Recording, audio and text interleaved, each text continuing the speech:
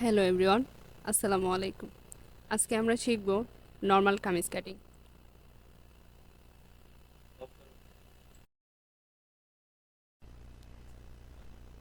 এখন আমি হাতার কাপড়টা সরিয়ে নিলাম,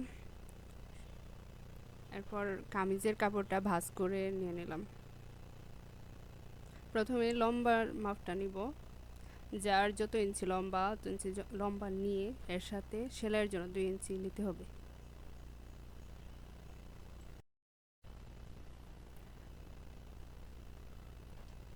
লাইনটা সোজা করার জন্য আবার মাপ নিয়ে দাগ টেনে নিলাম।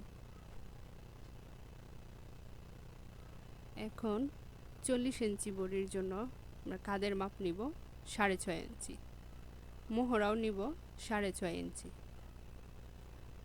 মোহরা এবং কাঁধের মাপ সোজা করার জন্য আবার মাপ নিয়ে নিব,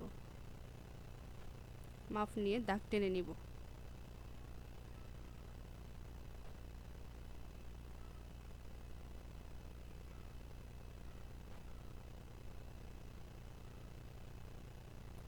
এখন মোহরার রাউন্ড শেপ দেওয়ার জন্য 1.5 ইঞ্চি উপরে একটা দাগ টেনে নিব, 6.5 ইঞ্চি অর্ধেক দাগ টেনে নিব।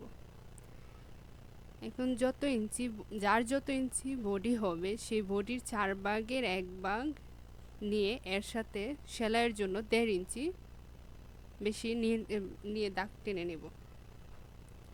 কাঁধ থেকে ফাড়ার মাপ নিয়ে নিব।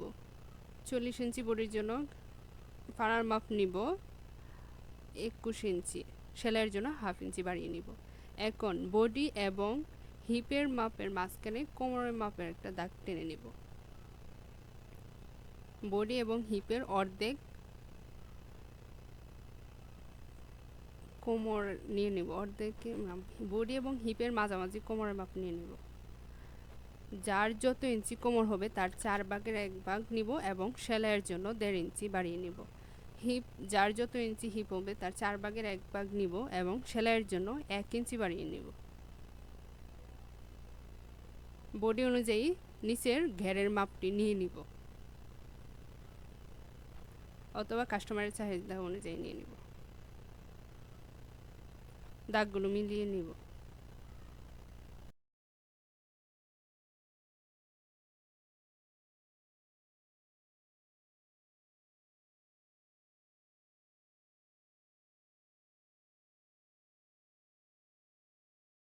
সাইড দিয়ে যেন কোনা ঝুলে না যায় এই জন্য 1.5 ইঞ্চি উপরে একটা দাগ দিয়ে স্কেলের সাহায্যে একটা রাউন্ড শেপ দিয়ে দিব।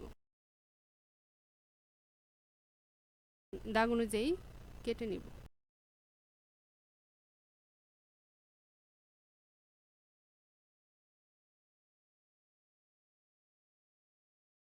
কোমরের এবং হিপের চিহ্ন দিয়ে নিব সেলাইয়ের সুবিধার্থে।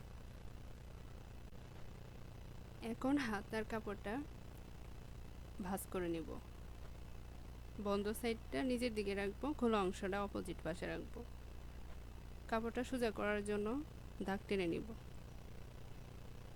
যার যত ইঞ্চি লম্বা হাতা তত ইঞ্চি নিয়ে এর সাথে 1.5 ইঞ্চি সেলাইয়ের জন্য বাড়িয়ে নিব।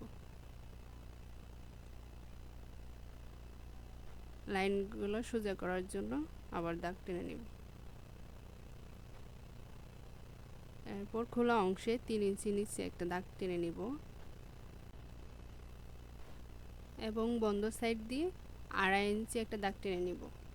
নিচে যার যত ইঞ্চি মুহুরি তার 2 ভাগের 1 ভাগ নিয়ে এবং সেলাইয়ের জন্য 1 ইঞ্চি নিয়ে নিব।